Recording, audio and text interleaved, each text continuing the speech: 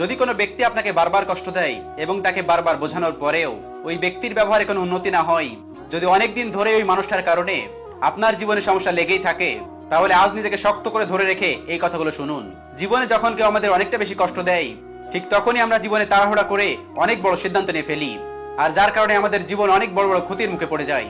এরকম সময় আমাদের কি করা উচিত আর কি কি সিদ্ধান্ত নেওয়া উচিত সেটা আমরা অনেকেই জানি না, আর এর জন্যই আরো বড় বড় সমস্যায় পড়ে যায়। তাই খারাপ সময় মানুষের ধোঁকা থেকে পাওয়া কষ্টগুলো কাজে লাগিয়ে কিভাবে নিজের জীবনকে বদলে ফেলতে হয় সেরকম 12টি কাজের কথা জেনে রাখুন। নাম্বার 1, কেউ ধোঁকা দিলে, কষ্ট দিলে হুট করে কোনো সিদ্ধান্ত নিয়ে ফেলবেন না। কারণ রাগের মাথায় প্রতিটি সিদ্ধান্ত নেওয়ার কারণেই আমাদের জীবনে অনেকটা পস্তাতে হয়, সারাটা জীবন কষ্ট সইতে হয়। তাই আজ থেকে আপনার মাথায় এটা সেট করে ফেলুন যে রাগের মাথায় নেওয়ার সিদ্ধান্ত যতটাই ভালো মনে হোক না কেন, সেটার থেকে খারাপ আর কিছুই হতে পারে না।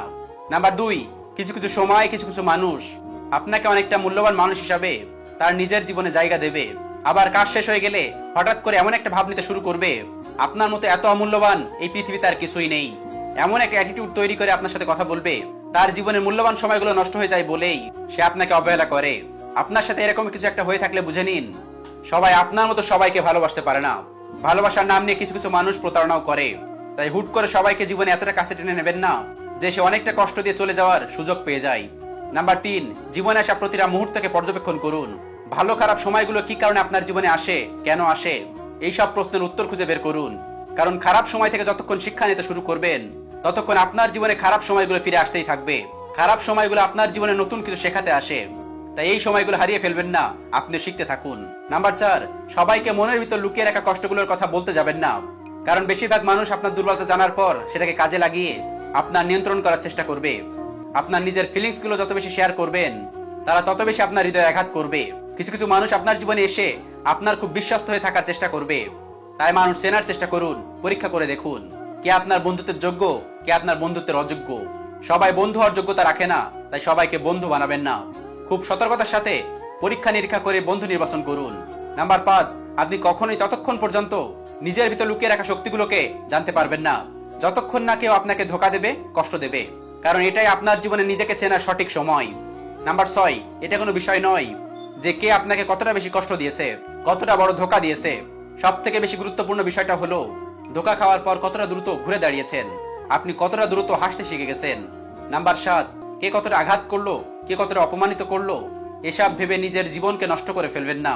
এই ধরনের পরিবেশ বদলানোর ক্ষমতা না থাকলে সেই পরিবেশ থেকে নিজেকে দ্রুত সরিয়ে ফেলুন। এটা গুরুত্বপূর্ণ বিষয় নয় যে সবার সাথে আপনাকে মাখামাখি করে চলাফেরা করতে হবে। নিজের মন মানসিকতা ঠিক রাখতে সবার সাথে একটু দূরত্ব বজায় রেখে চলাই ভালো নয় কি? নাম্বার 8, অতীতে কি হয়েছে তা ভেবে নিজের বর্তমান সময়কে নষ্ট করে ফেলবেন না। অতীতের কথা ভেবে বর্তমানকে নষ্ট করে ফেললে আপনি আপনার ভবিষ্যৎ সাজানোর কাজ করতে পারবেন না। তাই অতীতের কথা ভেবে বর্তমানের সময়কে নষ্ট করে ফেলবেন না, আপনার বর্তমান সময়গুলোকে কাজে লাগিয়ে আপনার ভবিষ্যৎকে বদলে ফেলুন। নাম্বার 9, আপনার হৃদয়টা যদি নরম কোমল হয়ে থাকে তাহলে মানুষ আপনাকে আঘাত করে মজা পাবে, আর এটাই স্বাভাবিক। তাই নিজের এই কোমল মনটাকে নিরাপদ দেখার জন্য আপনাকে এর নিরাপত্তা নিশ্চিত করতে হবে। নাম্বার 10, যারা আপনাকে কষ্ট দিয়েছে তাদের উপর প্রতিশোধ নিতে গিয়ে নিজের মহামূল্যবান সময়গুলোকে নষ্ট করে ফেলবেন না।